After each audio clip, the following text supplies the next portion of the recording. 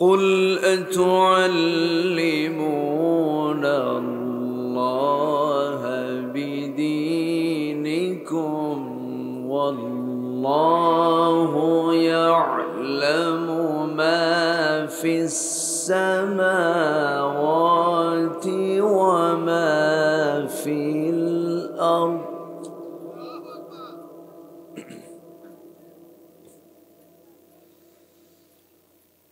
والله بكل شيء عليم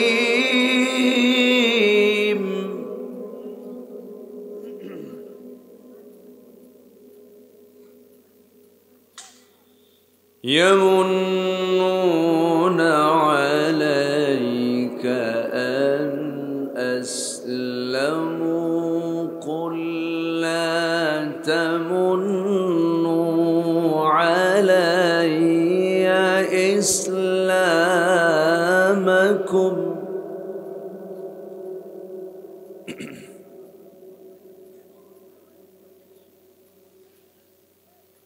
بل الله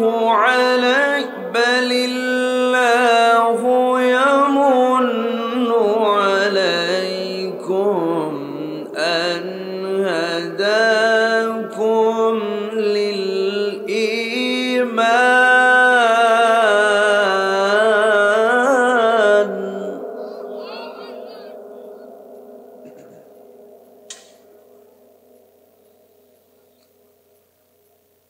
أن هداكم للإيمان إن كنتم صادقين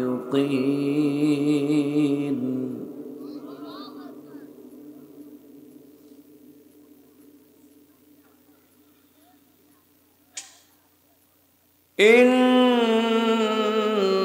الله يعلم غيب السماوات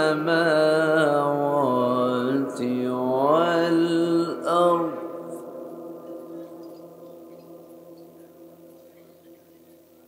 والله بصير بما تعملون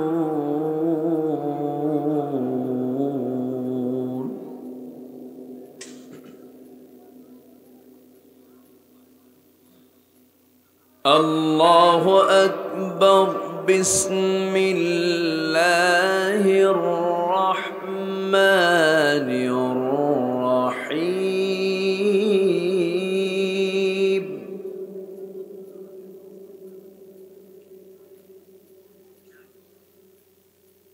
إن الله وملائكته يصلون على النبي يا أيها الذين آمنوا صلوا عليه وسلموا تسليما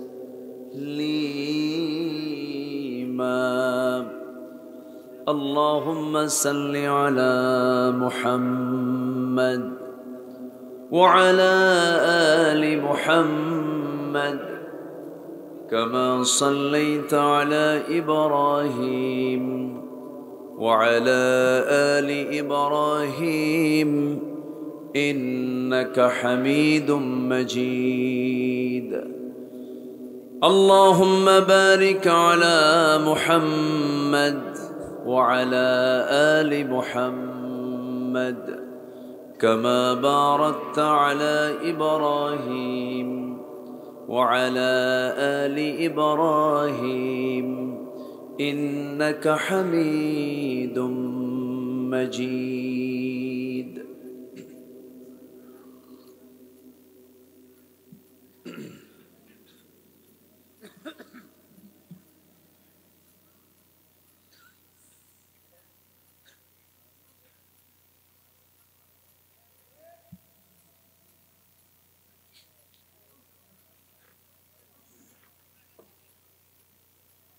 ঠিক করতেছি, ঠিক করতেছি।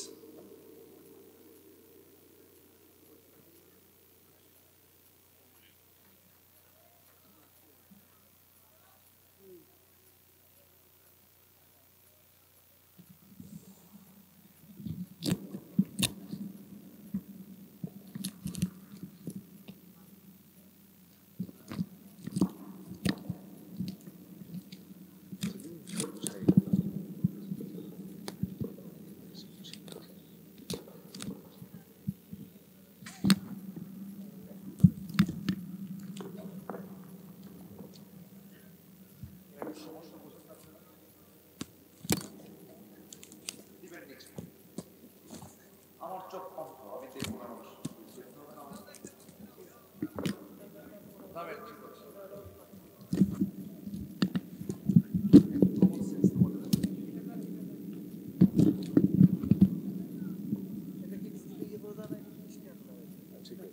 এটাও তো ঠিক নাই।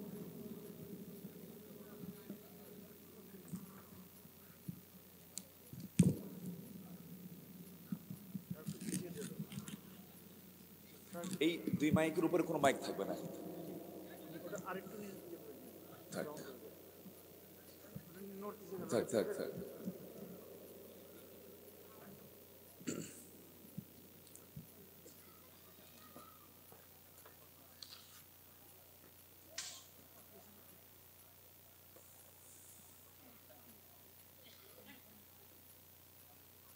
উত্তরবঙ্গের গেটওয়ে প্রবেশদ্বার বগুড়ার সারিয়াকান্দি উপজেলার বরুর বাড়ি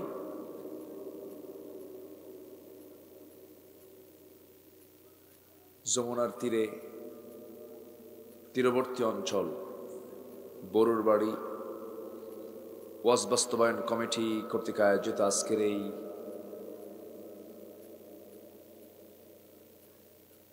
ইসলামী জালসার মুহতারাম সম্মানিত সুযোগ্য সভাপতি জনাব হাশেম আলী, আজকের মাহফিলের বরেণ্য প্রধান অতিথি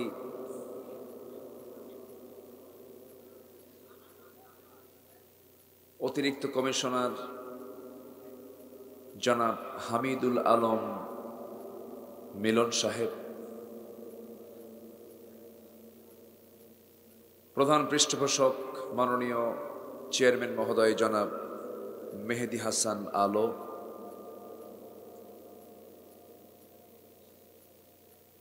উপস্থিত হযরত উলামায়ে কেরাম, ফদালায়ে ইজম, বিশেষ করে আমার পূর্বে কথা বলেছেন নন্দিত আলেমে দ্বীন মুহতারাম শায়েখ ইব্রাহিম বিন রইসউদ্দিন, আজকের মাহফিলের সম্মানিত মেহমানবৃন্দ, হযরত উলামায়ে কেরাম, ফদালায়ে ইজম, সুশীল সমাজ, জাতির শ্রেষ্ঠ সন্তান শিক্ষক মণ্ডলী, জাতির বিবেক সাংবাদিক বৃন্দ, সামনে উপস্থিত দূরে কাছের বিভিন্ন স্থান থেকে ছুটে আসা কালেমার ঝান্ডাবাহী, তাওহীদের পতাকাবাহী, দ্বীন ইসলামের নরসারদুল বীর মুজাহিদ, প্রাণ প্রিয় সম্মানিত দ্বীনী ভাইরা, আড়ালে বসে আছেন শ্রদ্ধেয়া সম্মানিতা মা বোনেরা, আলোচনার সূচনায় আনুষ্ঠানিকতার মধ্য দিয়ে আমার পক্ষ থেকে আবারও দিল খোলা সালাম, আসসালামু আলাইকুম ওয়া রাহমাতুল্লাহি ওয়া বারাকাতুহু। সবাই কেমন আছেন? আমাকে প্রশ্ন করলেন, আল্লাহ তাআলা আমাকে আপনার মতোই রেখেছেন, বলি আলহামদুলিল্লাহ।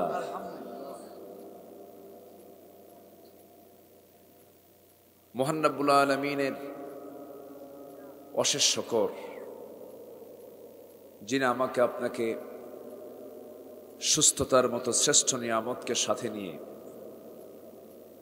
সারাদিনের সকল কাজকর্মের ইতি টেনে ক্লান্ত শ্রান্ত দেহটাকে স্বস্তি দেওয়ার জন্য যিনি আমাকে আপনাকে যখন আমরা বিছানার দিকে চলে যাব, ঠিক সেই মুহূর্তে আমরা আসতে পেরেছি জান্নাতের টুকরায়।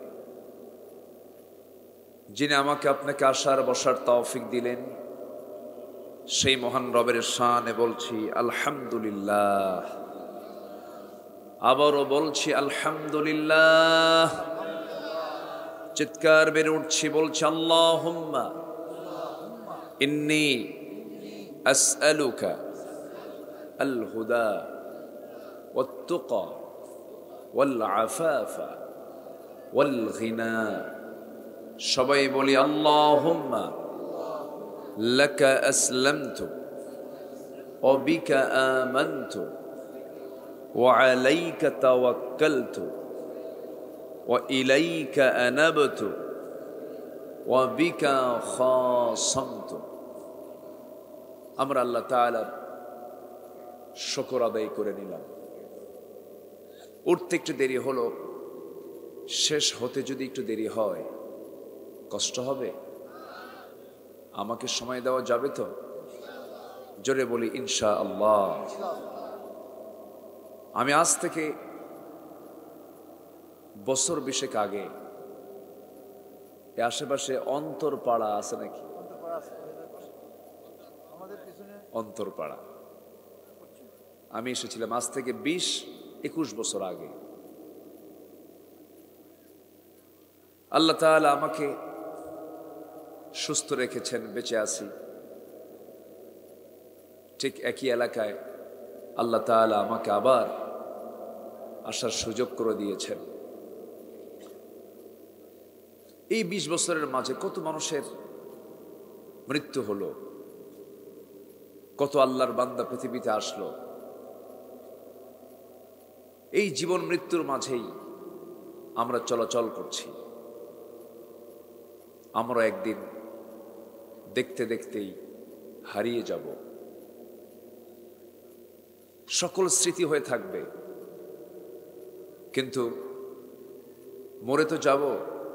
জীবন কি শেষ না শুরু? বলেন তো, জীবন কি শেষ না শুরু? শুরু। আচ্ছা, মাইকগুলো কি আপনারা কি চতুর্থ আসমানে রাখছেন নাকি কোথায়? 10 হাত দূর থেকে 2টা হর্ন দিয়ে দিবেন কোনাকুনি করে। নয়েজ আসবে কেন? সিস্টেম করবেন। সবাই কি শুনতে পাচ্ছেন আমার কথাগুলো?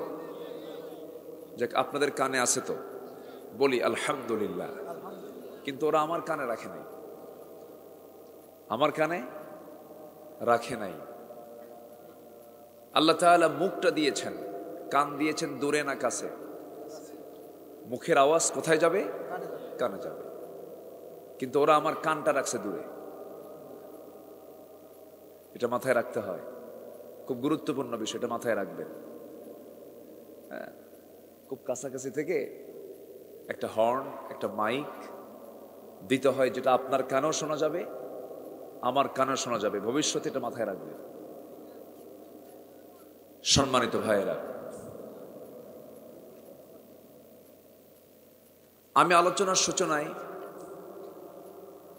মহাবিশ্বের চিরবিস্ময়, বিপন্ন পৃথিবীর অনির্বার্য ঠিকানা আল কোরআন আল কারীমের গুরুত্বপূর্ণ একটি সূরা সূরাতুল হুজুরাত থেকে আমি 15, 16, 17, 18 এই 4টি আয়াত আমি তেলাওয়াত করেছি।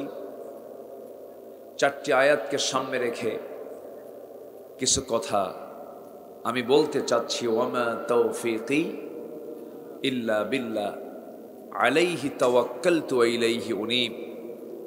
সেই মহান রবের প্রতি পূর্ণ ভরসা রেখে আসুন আমরা মূল আলোচনার দিকে আস্তে আস্তে চলে যাচ্ছি। সম্মানিত হাজিরিন, আল্লাহ রাব্বুল আলামিন এই পৃথিবীতে প্রথম সংসার 2জন ব্যক্তির হাতে দিয়েছিলেন। সেই 2জন ব্যক্তি কে বলেন তো? আদম, হাওয়া। এই 2জন হচ্ছেন আমাদের মা এবং বাবা। প্রথম ওই দুইজন থেকে গোটা পৃথিবীতে প্রেজেন্ট ওয়ার্ল্ডে এখন 700 থেকে 750 কোটি মানুষ।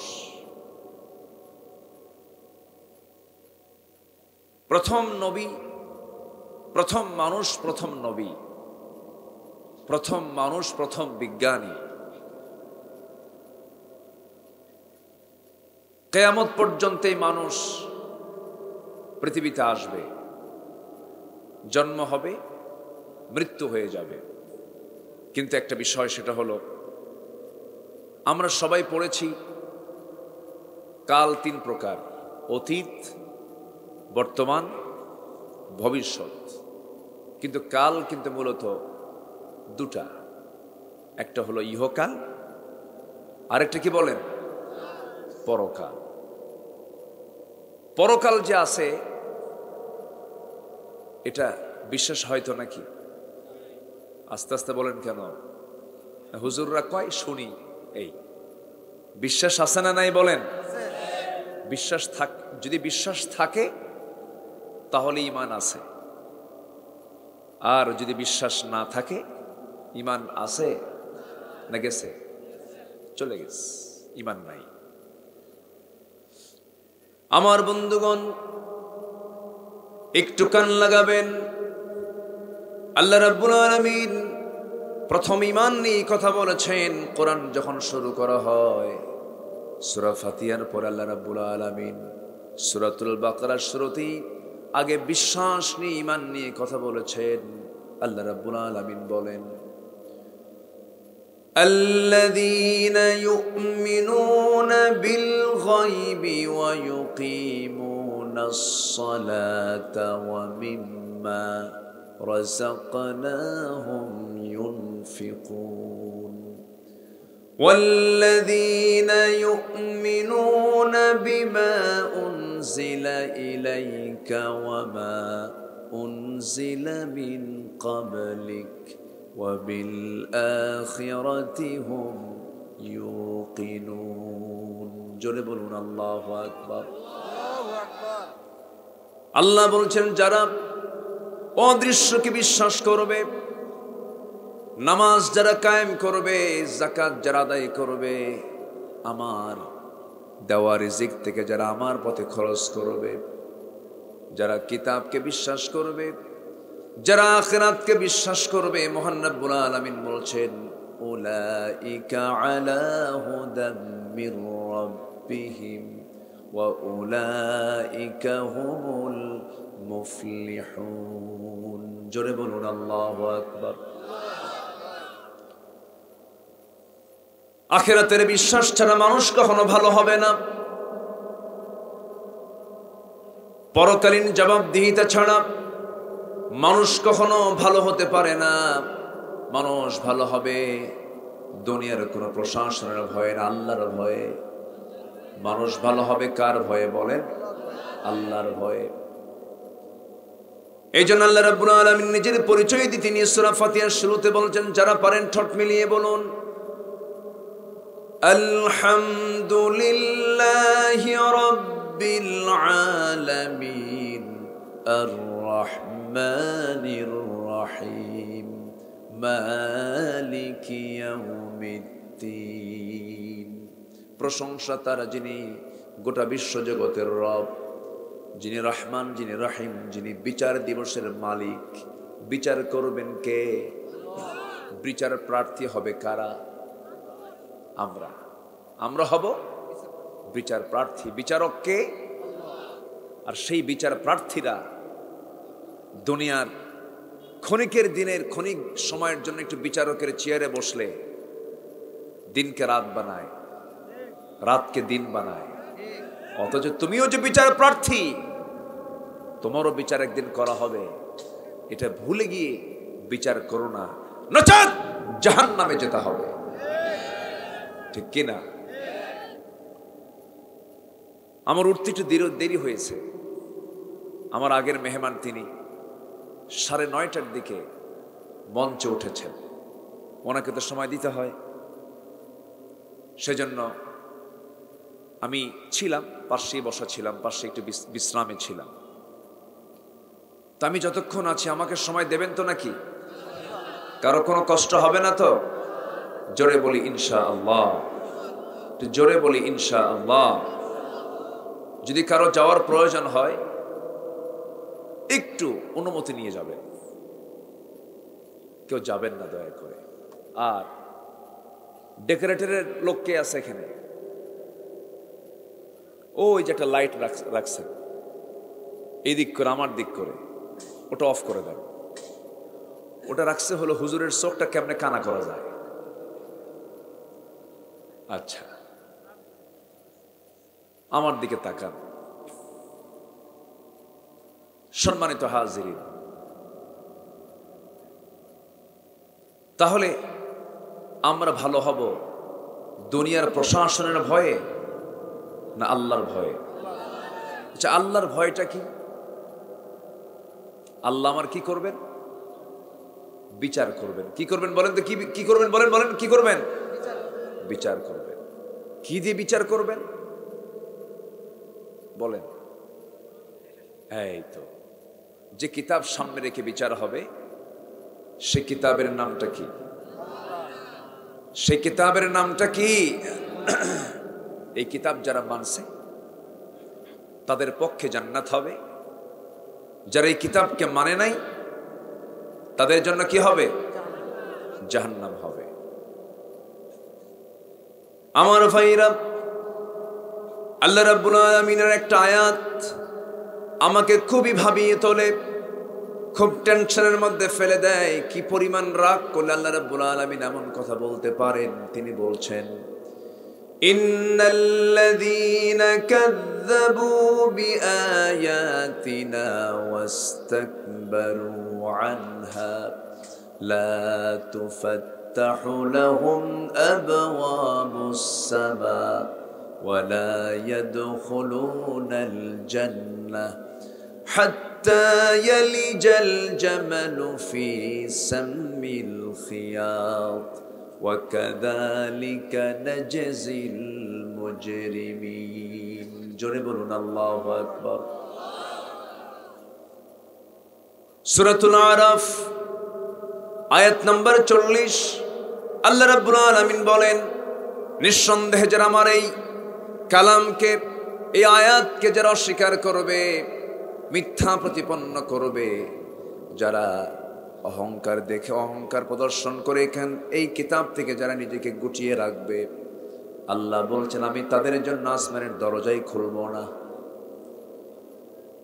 ওয়ালা ইয়াদখুলুনাল জান্নাহ, তারা কখনো জান্নাতে প্রবেশ করবে না। হাত্তা ইয়ালিজাল জামালু ফি সাম্মিল খিয়াত, যেমন করে একটা সুঁইয়ের ছিদ্র পথে উট প্রবেশ যেমন অসম্ভব, ওই সমস্ত বান্দার জন্য জান্নাতে যাওয়া তেমনই অসম্ভব। নাউযুবিল্লাহ। কে বলছেন? আসতে বলবেন না, কে বলছেন? আমার দেশে বহু নামাজি আছে অনেক আয়াতকে মানে না, আসতে বলে। আছে না নাই? নামাজ পড়ে, কিন্তু নামাজ পড়ে কিন্তু কিছু কিছু আয়াতকে তারা বলে না এগুলো চলবে না।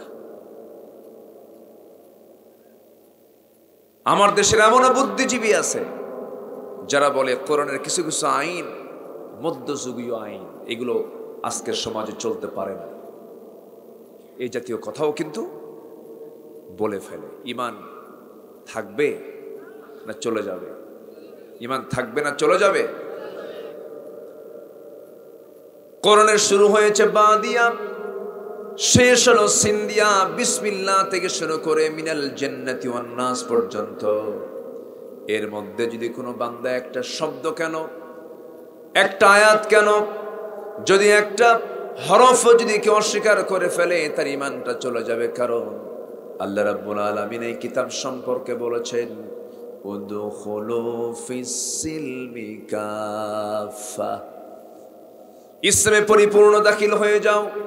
আফাতুমিনুনা বিবা'দিল কিতাবি ওয়া তাকফুরুনা বিবা'দ, তুমি কিতাবের কিছু অংশ মানবে, কিছু অংশ মানবে না, তা হবে না।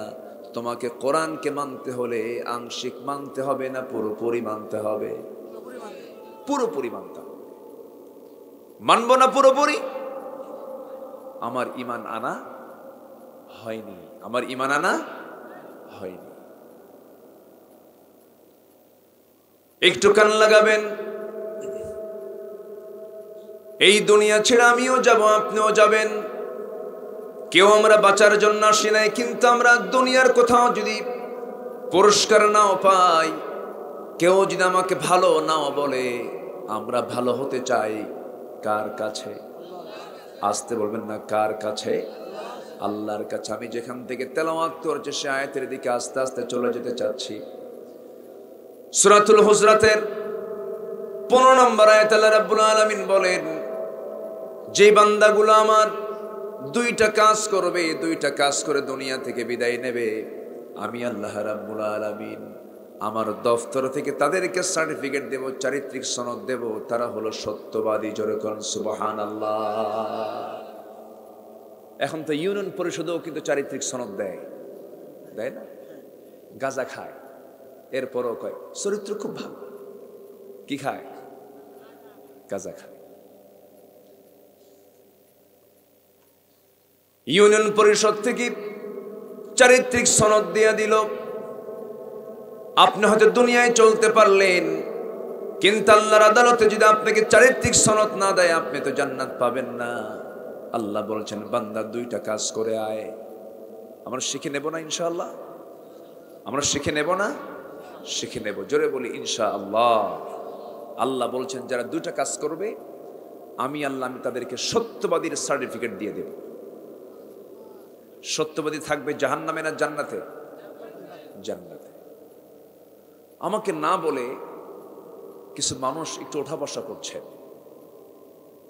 যদি বেশি কষ্ট হয় আমি তাহলে শেষ করে দিই নাকি? কষ্ট হচ্ছে না তো আপনাদের? একটু বসেন। জীবনে কত সময় ব্যয় করলাম। গত বছর এই সময়গুলোতে বিশ্বকাপের খেলা চলছিল, তাই না? রাত 3টার দিকে খেলা, 2টার সময় ঘুম থেকে ওঠে, ওযু কইরা তাহাজ্জুদ পইরা বলে আল্লাহ আমার দল যেন জিতে। 3টার খেলায় অংশগ্রহণ করে, কোনো পক্ষে গোল হয়নি, আরো 30 মিনিট, কোনো বিরক্তি নাই। আর মাহফিল আসলে নিম্ন চাপ, ঊর্ধ্ব চাপ, ঘুমের চাপ, অসুবিধা, এই হইছে ওই হইছে, ঠিক আছে না? একটু বসি আমরা।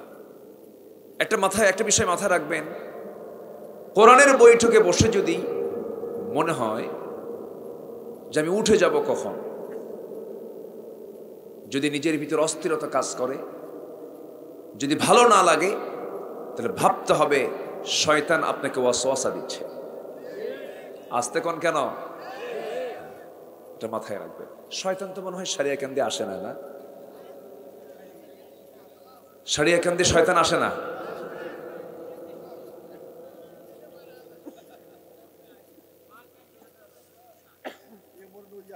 আল্লাহর পয়গম্বর মুসা আলাইহিস সালাতু ওয়াস সালাম, তার সামনে জিবরাইল আলাইহিস সালাতু ওয়াস সালাম হাজির। এমন সময় মিস্টার ইবলিসের সামনে দাঁড়ায় গেছে।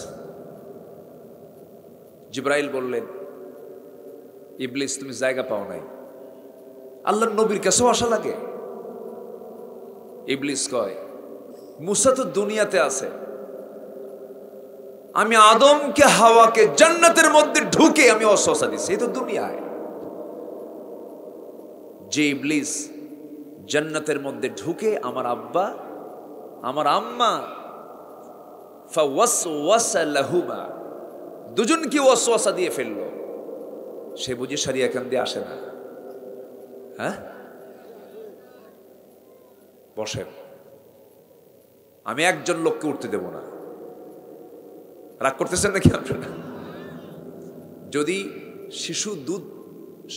শিশু ওষুধ না খেতে চায়, জ্বর প্রচন্ড, ওষুধ খাচ্ছে না, মা প্রথমে আদর করে খাওয়ায়, মা বাবা খা, বাবা খা,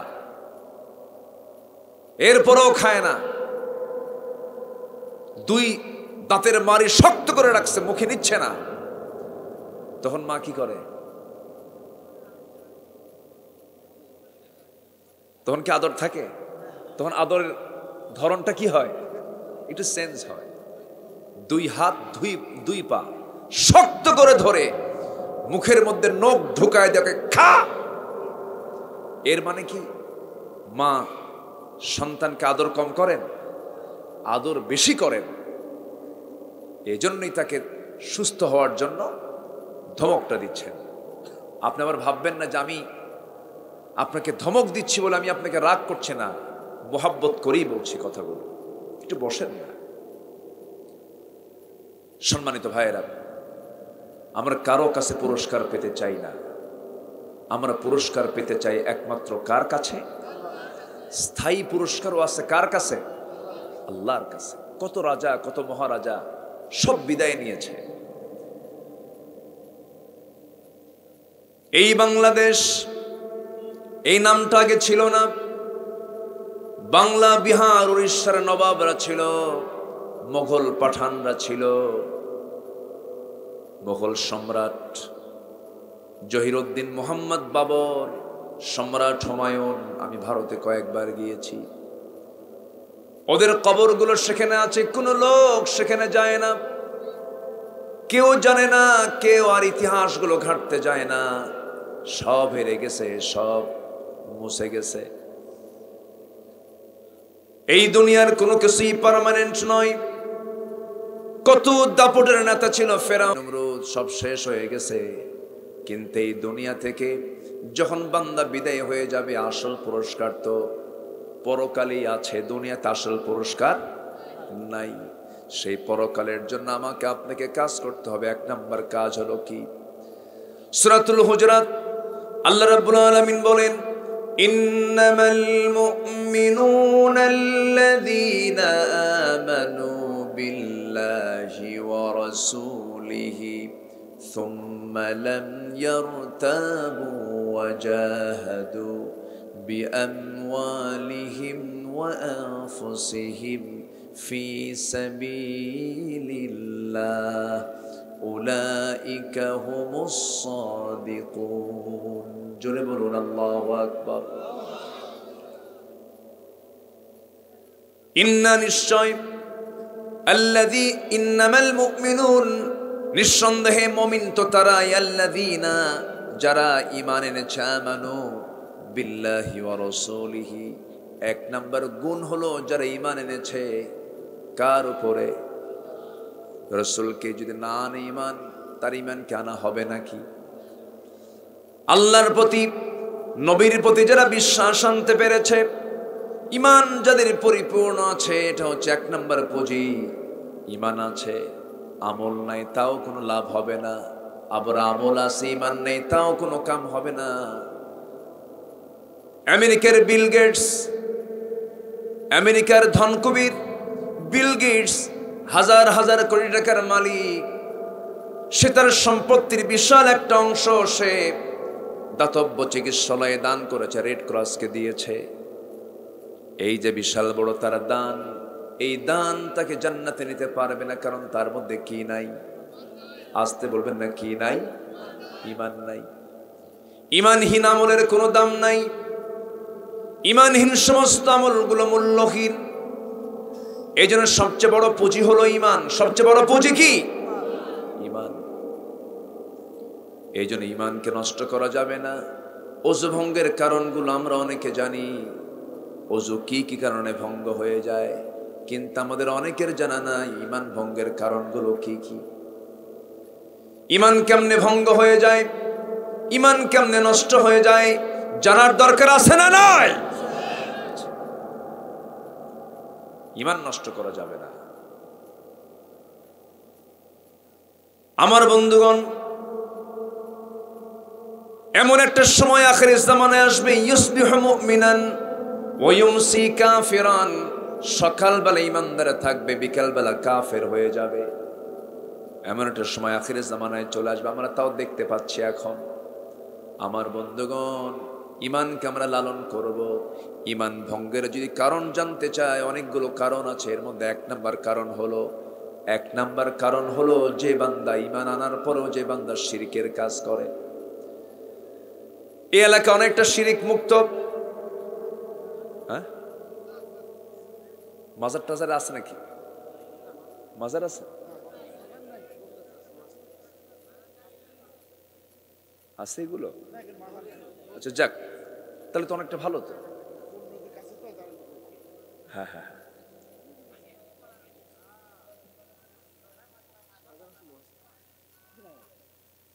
মাজার বোঝেন তো? মাজার, আমার নবীর কবরকে মাকবারা বলা হয়। আর আমার দেশের বিশেষ কিছু মানুষ যদি গাঁজাখোর হয়, যে পাগল, সে আল্লাহওয়ালা হয়। ভাই পাগলা, কি ভাই পাগলা, ন্যাংটা বাবা আছে না, কেল্লা বাবা, ঘোড়া শাহ, গাদা শাহ, কুত্তা শাহ। আমার কথা কি বুঝতেছেন আপনারা? এই সমস্ত মাজার দেখলে দেখবেন কিছু কিছু লোক আছে মাথা ঘুরে ওঠে, মাজার দেখলি মারে সেজদা। ইমান আছে না গেছে? ইমান আছে না গেছে? চলে গেছে। আমার বন্ধুগণ, এরকম লক্ষ লক্ষ মানুষ আছে আমার দেশে, শিরকের মধ্যে তারা হাবুডুবু খেতেছে, শিরকের কাজগুলো করছে। আল্লাহ রাব্বুল আলামিন বলছেন, বান্দারে যে বান্দা শিরিক করবে, আমি আল্লাহ বলে দিচ্ছি, ওমাই ইউশরিক বিল্লাহি ফাকাদ হারামাল্লাহু আলাইহিল জান্নাহ। যে ব্যক্তি শিরিক করবে তার জন্য জান্নাতটা বাজেয়াপ্ত হয়ে যাবে, সে জান্নাতের গন্ধই পাবে না। আল্লাহ রাব্বুল আলামিন আরেক জায়গায় বলছেন, নিজেই বলছেন, বান্দা তুই কত গুনাহ করবি কোনো সমস্যা নেই, তোর গুনাহ যদি আনানাস সামা, আকাশ চেয়ে যায়, বিকরাবিল আরদিল খাতায়া, গোটা জমিন চেয়ে যায়, কোনো প্রবলেম নেই। আল্লাহ তুশরিক বি শাইআন, আমার কাছে তুই শিরিক মুক্ত হয়ে আয়, আমি তোর সমস্ত গুনাহগুলো মাফ করে আমি তোকে জান্নাত দিয়ে দেব।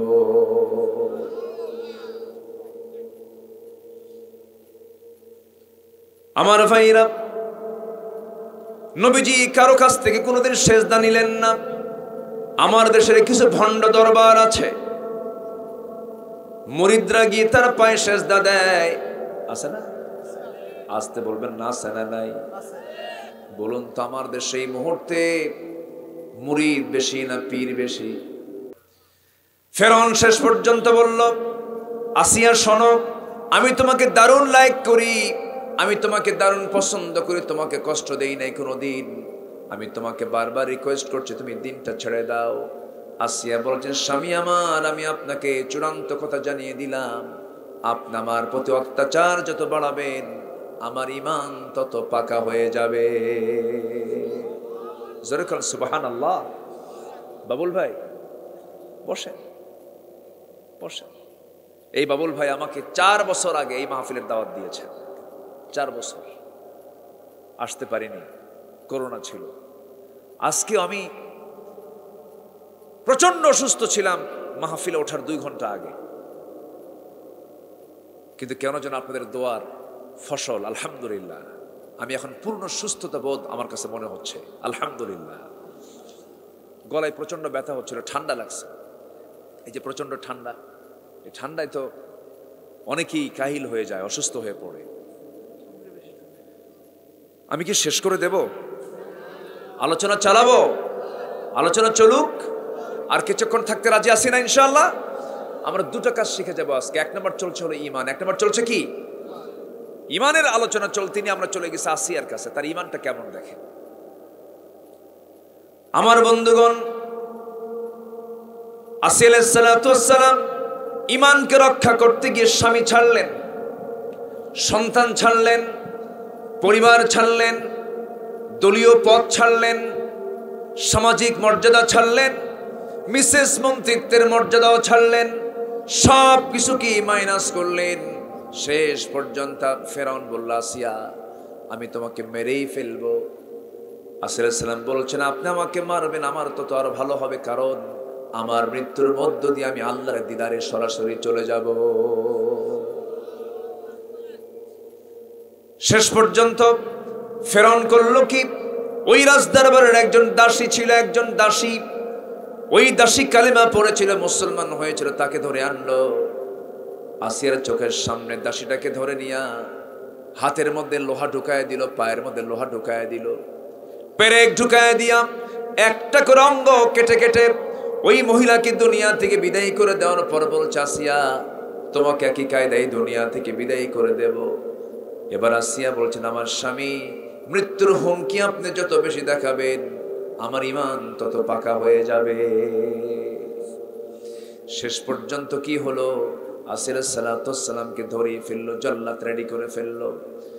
জল্লাদ হাতের মধ্যে করাত হাতে নিয়া আসিয়ার চোখের সামনে দাঁড়ায় গেছে, কপালে করাত রেডি করে ফেলেছে, 2 টুকরো করে দুনিয়া থেকে বিদায় করে দেবে। অধিকাংশ তাফসিরে পাওয়া যায়, সূরা তাহরিম পড়বেন, যখন আসিয়া আলাইহিস সালামের চোখের সামনে যখন করাতটা হাজির করা হলো, সেই সময় আসিয়া স্বামীকে ডাক দিয়ে বলছে, ফেরাউন তুমি আজকে আমাকে দুনিয়া থেকে বিদায় করে দিচ্ছ, কিন্তু আমার আল্লাহ তাআলা আমার নাকের মধ্যে জান্নাতের ঘ্রাণ ঢুকায় দিয়েছেন। জোরে কোন সুবহানাল্লাহ।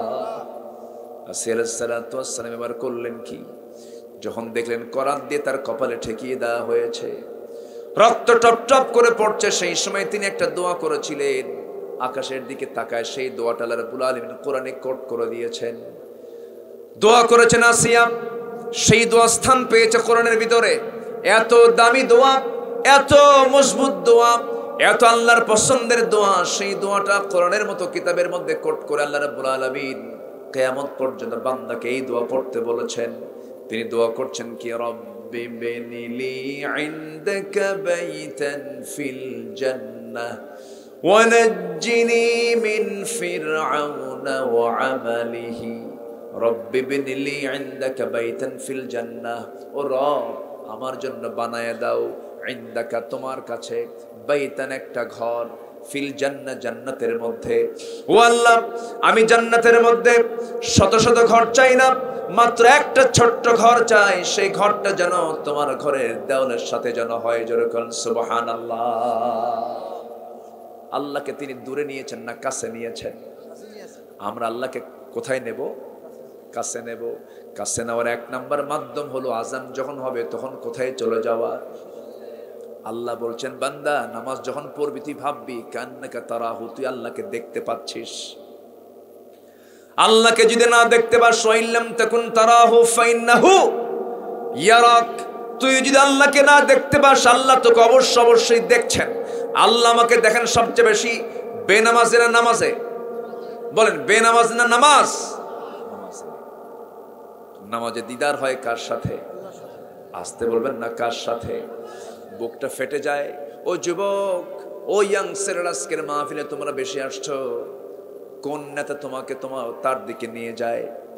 যে নেতা তোমাকে নামাজের কথা বলে না, যে নেতা তোমার হাতে ইয়াবা তুলে দেয়, যে নেতা তোমার হাতে মদের বোতল তুলে দেয়, যে নেতা তোমার হাতে নারী তুলে দেয় জিনার জন্য, অস্ত্র তুলে দেয়, মদ তুলে দেয়, নামাজের কথা বলে না, ওই সমস্ত নেতৃত্বের মুখে আমরা জুতা মারি।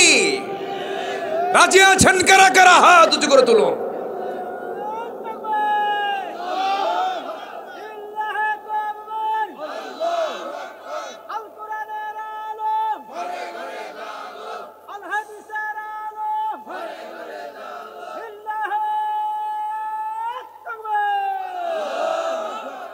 আল্লাহ কবুল করুন, জোরে বলি আমিন।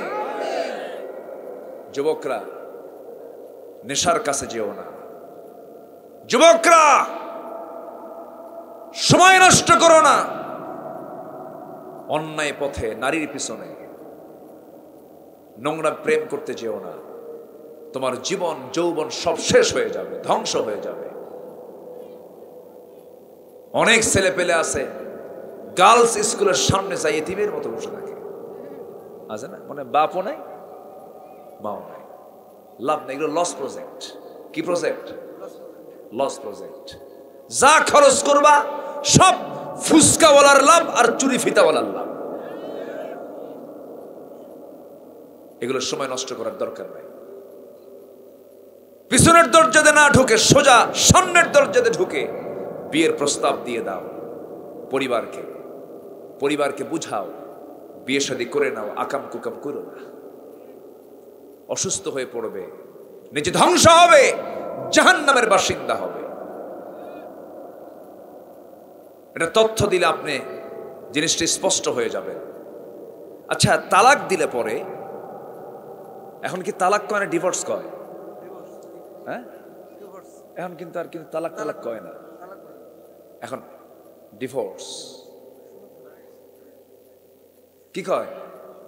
ডিভোর্স। বাংলার কয় না, ব্রেকআপ বলে। হ্যাঁ, আপনি তো ভালো আপডেট জানেন দেখতেছি। হ্যাঁ, ব্রেকআপ। তালাকপ্রাপ্ত নারী যদি সে অন্য কোন স্বামীকে গ্রহণ করতে চায়, তাকে অপেক্ষা করতে হয় কয় মাস? হ্যাঁ, 3 ইদ্দত পর্যন্ত, 3 কুরু পর্যন্ত।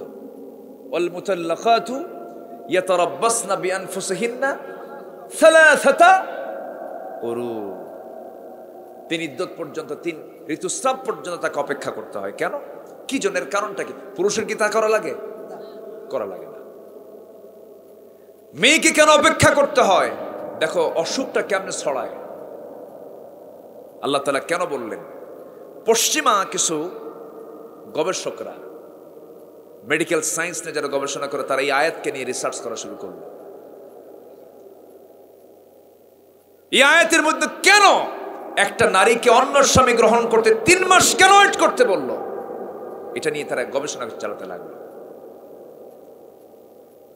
যখন কোন স্বামী এবং স্ত্রী যখন মিলিত হয়ে যায়, ইন্টারকোর্স যখন কমপ্লিট করে, সহবাস যখন হয়ে যায়, স্ত্রী জাতি হলো রিসিভ করার জাতি, আর পুরুষ জাতি হলো দেবার জাতি। মেয়েরা গ্রহণ করে, পুরুষরা দিয়ে দেয়।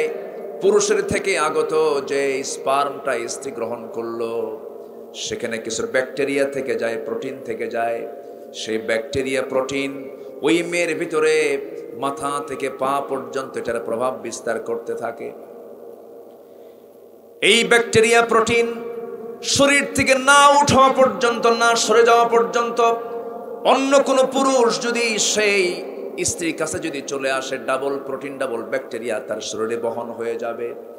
এই জন্য এই ব্যাকটেরিয়া প্রোটিন দূর হতে 1 মাসে 30% চলে যায়, 2 মাসে 60% চলে যায়, 3 মাসে 90% চলে যায়, আর 8-10 দিন পার হলে পরে টোটালি তার শরীর থেকে বের হয়ে যায়।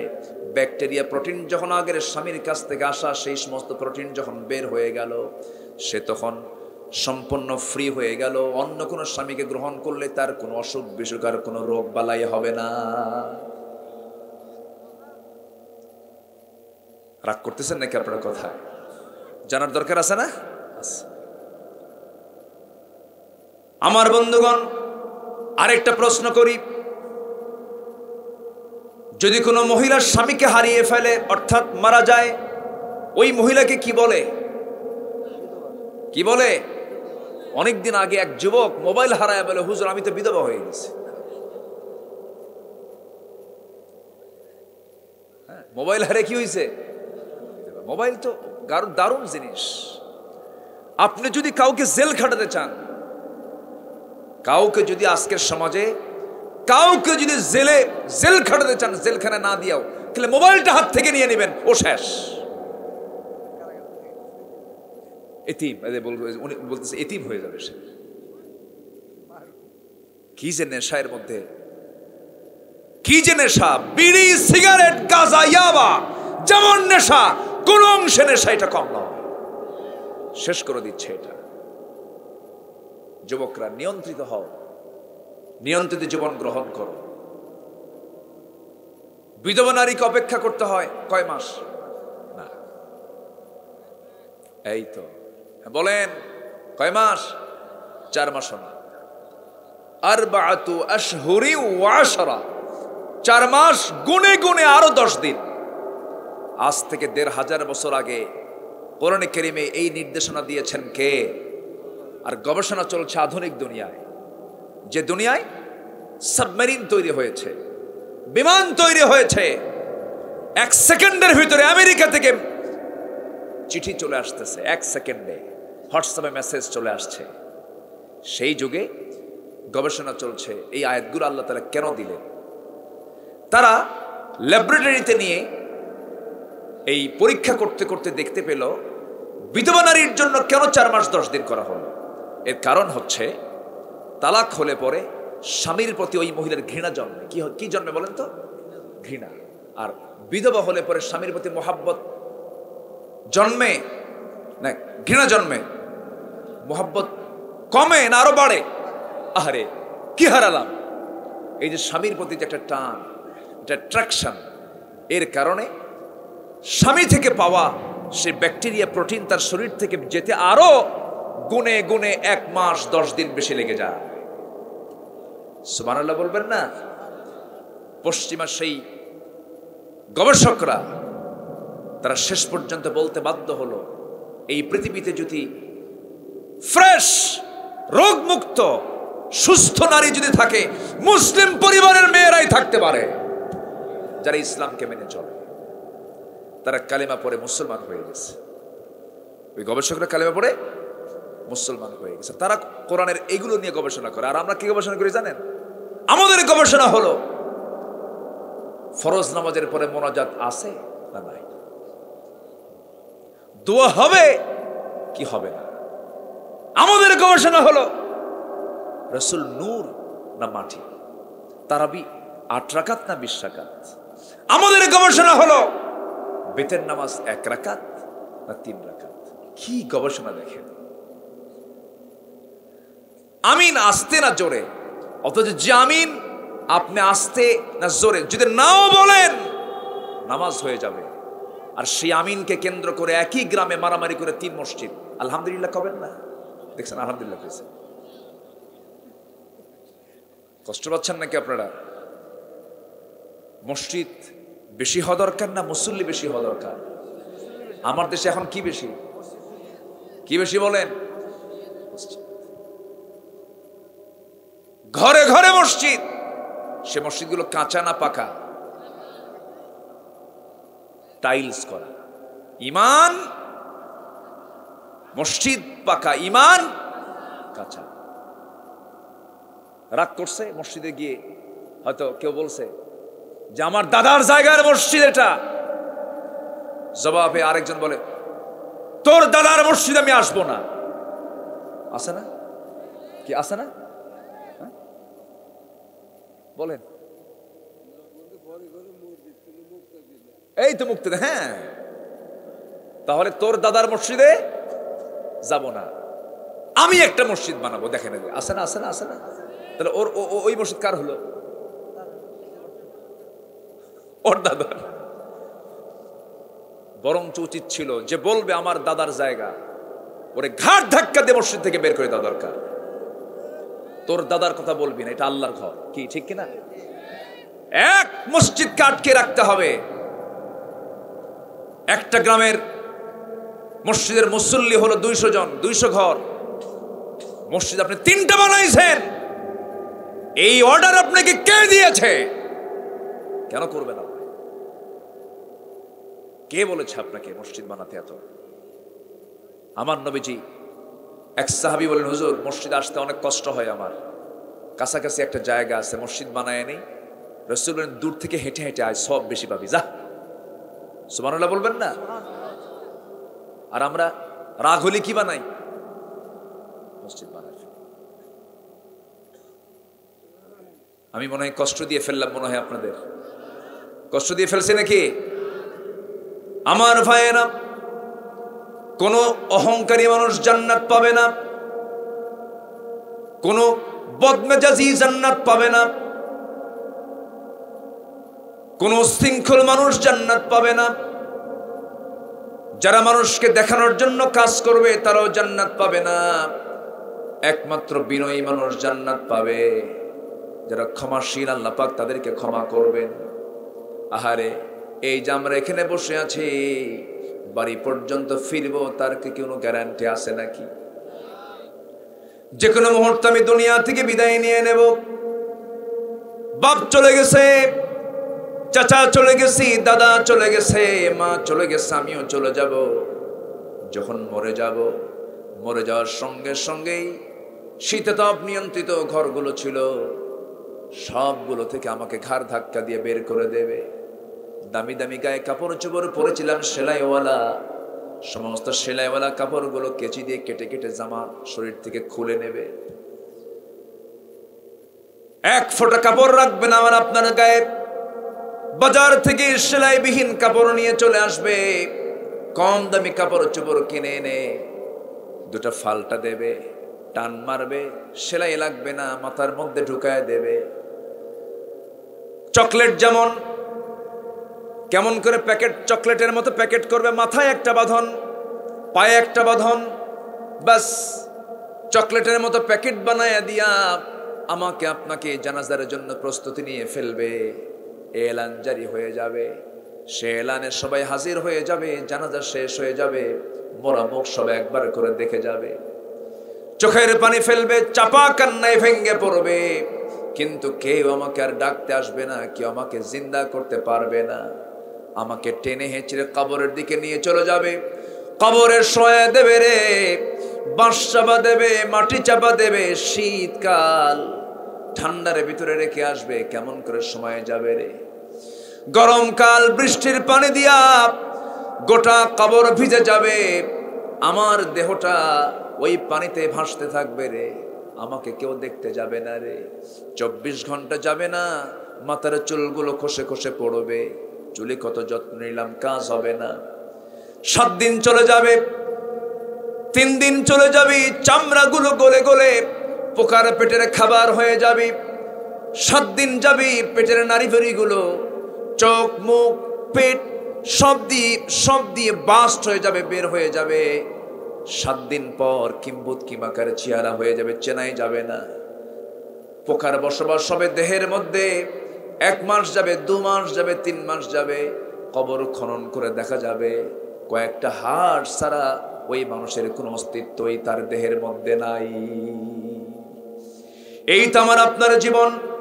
রূপের বড়াই করব না, সম্পদের বড়াই করব না, সময়টাকে নষ্ট করব না, হারাম কাজে যাব না, হারাম কাজে নিজেকে ব্যস্ত রাখবো না, জীবনটাকে সুন্দর করে সাজিয়ে নিয়ে ফরজ হুকুমগুলো মেনে চলবো, গুনাহ কবিরা গুলো বর্জন করে ফেলবো, সময়টাকে কাজে লাগাবো।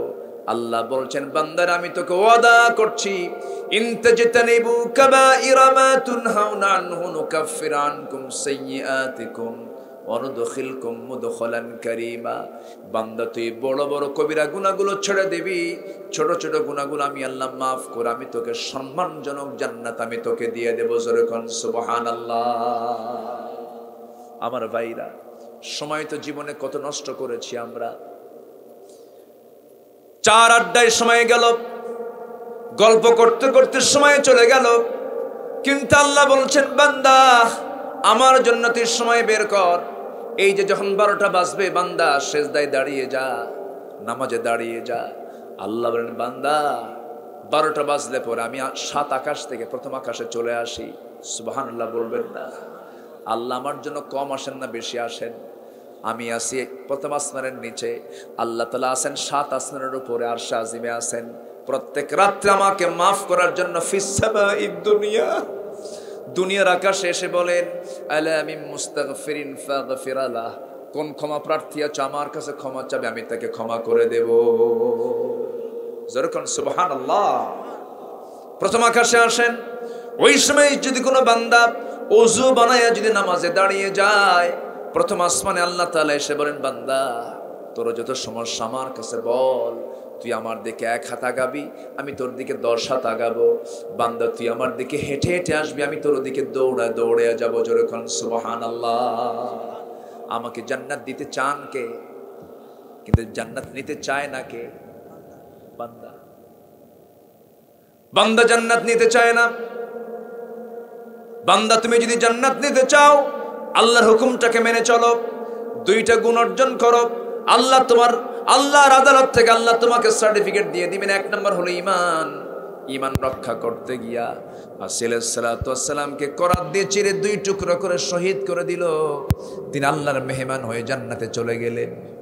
আমার বন্ধুগণ, নাম্বার 2 হলো দুইটা গুণ, দুই নাম্বার গুণ হলো আল্লাহ তাআলা বলছেন ওয়াজাহাদু ফি সাবিলিল্লাহি বিআমওয়ালিহি ওয়াজাহাদু বিআমওয়ালিহিম ওয়া আনফুসিহিম ফি সাবিলিল্লাহ। নাম্বার 2 হলো জিহাদ হবে মাল দিয়ে, জান দিয়ে। কার পথে? আসতে বলবেন না, কার পথে? আল্লাহর পথে। ঘড়ি আজকে এত ঘুরলো কেন? হ্যাঁ, 1টা বেজে গেছে। বাবুল ভাই কি করব?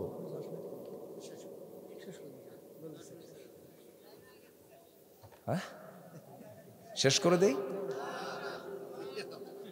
আলোচনা চলুক, হুজুর মরুক।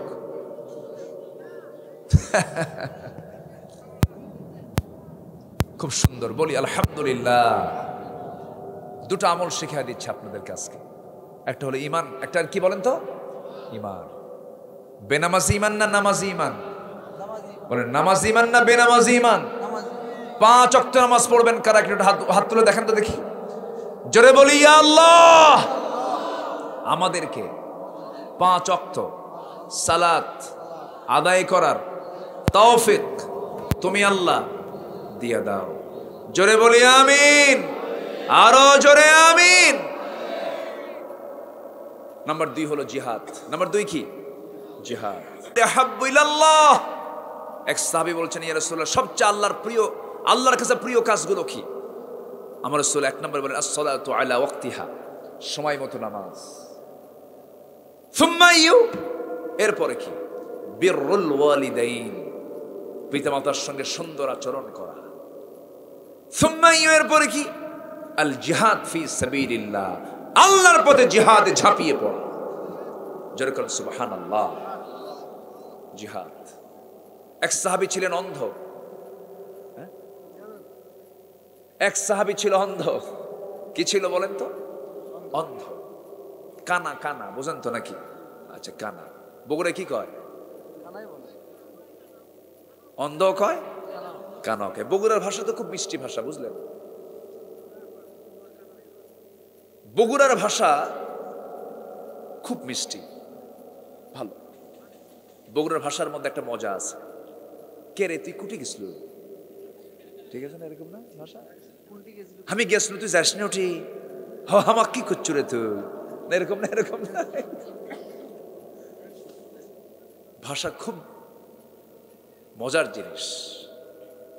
আজ থেকে প্রায় 20 বছর আগে সিলেটে মাহফিলে গেলাম। সিলেট এক বুড়ো চাচা আমাকে ডাক দিয়ে বলে, হুজুর শুটকাগু খাবেন না ভিজাগু খাবেন? আমার খাওয়ার রুচি শেষ। কি কয়? সেদিন কিশোরগঞ্জে মাহফিল, তা আমার গাড়ি ঢুকতেছে না। তো একজন বলতে, সিপলা রাস্তা সাফান না করে। কি বোঝেন নাই? সিপলা রাস্তা মানে চিকন রাস্তা, সাফান না করে। ভাষা কত ভাষা। নোয়াখালীর মানুষ পানিকে পানি বলতে পারে না, পানিকে বলে হানি। আল্লাহ পাক হয় না, কয় আল্লাহ ফাক। ভাষা। রংপুরে র নাই, বাড়ি কোথায়? অংপুর। সিরাজগঞ্জে দুন্ত স নাই, বাড়ি কোথায়? হিরাজগঞ্জ। ওখানে দুন্ত সবাত, ওদিকে রঙের রবাত। হ্যাঁ, অংপুর। নোয়াখালীতে একটা মাহফিলে গেছে বহুদিন আগে। তো আমাকে বলতেছে, হুজুর গোটা দেশেই তো চলেন, উত্তরবঙ্গের এমন একটা বাক্য বলবেন যেটা আমরা বুঝবো না। আমি বগুড়া শহরের একদম রিক্সাওয়ালা যারা, তারা যে ভাষায় কথা বলে ঠিক ওই ভাষায় একটা বাক্য রেডি করলাম। তো বলতেছে, বলেন তো একটু, আমরা যেন না বুঝি এরকম ধরনের একটা বাক্য বলেন। তো বললাম, কে রে তুই আলুতে আলু ওয়াক্কালি আলু। কি কথা কি বুঝতেছেন আপনারা? উনি শুনি তো আমার দিকে চেয়ে আস। তো বললাম, ভাই আপনি চেয়ে আসেন, বুঝলেন কি? কে বললেন কি? কেন আপনি বুঝলেন কি সেটা আগে বলেন। তো বলতেছে বুঝলাম এটাই, যেহেতু আপনার মধ্যে বহু আলু বললেন, আলু দিয়েই কোনো একটা কিছু হবে, মানে আলুতে আলু, ওয়াক্কালিয়া আলু, কি আলু ছাড়া কিছু আছে এর মধ্যে? ভাষা, এই ভাষাগুলো কে দিয়েছেন? আল্লাহ দিয়েছেন। সম্মানিত ভাইয়েরা, অনেক কথা বলে ফেললাম। ফজর পড়বো তো আমরা নাকি? ফজর হবে না ইনশাআল্লাহ? সবার বাড়িতে মা বোন আছে না নাই? মাদেরকে খুলে রাখবো না ঢেকে রাখবো? বলেন, খুলে রাখবো না ঢেকে রাখবো? সেলা কলা বিক্রি হয় না পর্দাওয়ালা কলা বিক্রি হয়? সেলাম বিক্রি হয় না পর্দাওয়ালা আম বিক্রি হয়? মুক্তা, মুক্তা কিসের পেটে থাকে? ঝিনুকের পেটে। ঝিনুক থাকে কোথায়? পানির তলে। মুক্তা দামি, এটাকে আল্লাহ তাআলা পর্দার মধ্যে রেখে দিন। যত দামি জিনিস সব পর্দার মধ্যে। এই পৃথিবীতে সবচেয়ে সম্মানিত জাতি হলো মা। মা থাকবেন পর্দার ভিতরে। প্রত্যেক পরিবারকে আল্লাহ তাআলা পর্দাশীলা হিসেবে কবুল করুন। জোরে বলি আল্লাহুম্মা আমিন। প্রত্যেক পরিবারকে পর্দা করার তৌফিক আল্লাহ তাআলা দান করুন। সম্মানিত ভাইয়েরা, জিহাদ ফি সাবিলিল্লাহ। এক অন্ধ সাহাবী, কানা, এই কানা থেকে গেছিলাম বহুদূর, মনে আছে আপনাদের? অন্ধ সাহাবী রাসূলকে বলেন, হুজুর বদর যুদ্ধ শুরু হলো, আমি যাই। রাসূল বলেন, তুমি যাবা না কেন? তুমি তো অন্ধ, তুমি চোখই দেখো না। সব যুদ্ধে তিনি অনুমতি চেয়েছেন, পান নাই। প্রথম খলিফা ওমর আমলে তিনি অনুমতি পান নাই। দ্বিতীয় খলিফা সাইয়েদনা ওমর ফারুকের শাসন আমলে তিনি বললেন তার কাছে গিয়ে, আমিরুল মুমিনিন, আমি একটু যুদ্ধে যেতে চাই, আমাকে কেউ যেতে দিল না, আপনি আমাকে পারমিশন দেন। সাইয়েদনা ওমর ফারুক বললেন, আপনি যাবেন? আপনার তো চোখ নাকি? আমি জানি আপনি আমাকে এই প্রশ্ন করবেন, আমি উত্তরটাও রেডি করেছি। কি উত্তর বলেন? যুদ্ধের সবাই যুদ্ধ করে না, কেউ তাবু পাহারা দেয়, কেউ কালিমার ঝান্ডাটা হাতের মধ্যে নিয়ে দাঁড়ায়া থাকে। অন্তত আমার হাতে তরবারে না দিয়ে আপনি আমাকে অনুমতি দেন, আমি যেন কালিমার ঝান্ডা যেন হাতের মধ্যে নিয়ে দাঁড়ায়া থাকতে পারি সবার সামনে। আমি যেন সবার সামনে কালিমার ঝান্ডা নিয়ে দাঁড়িয়ে থাকতে পারি। আমি চোখে দেখি না, আমি এক জায়গায় দাঁড়িয়ে থাকব, শত্রুপক্ষের তীর আমার বক্ষ ভেদ করে পিঠ দিয়ে বের হয়ে যাবে, বুকের তাজা রক্ত আমি ঢেলে দেব, শহীদ হয়ে আল্লাহ রাস্তায় জীবন দিয়া সরাসরি আল্লাহর জান্নাতে প্রবেশ করব। জোরে কোন সুবহানাল্লাহ।